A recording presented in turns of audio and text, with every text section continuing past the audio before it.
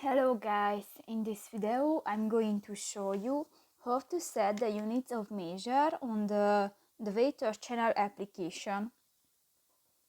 But first of all, I just want to mention, please don't forget to subscribe to our channel, because at 100,000 subscribers we are going to show you our YouTube revenue statistics and growth strategy, how to make money online.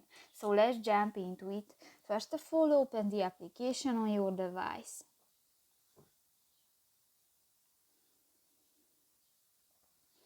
Tap to the profile icon at the upper right corner of the screen, and in the general section you can find the units of measure, and here you can select English, metric or hybrid, and just select one, for example the metric, and click to the white circle and on.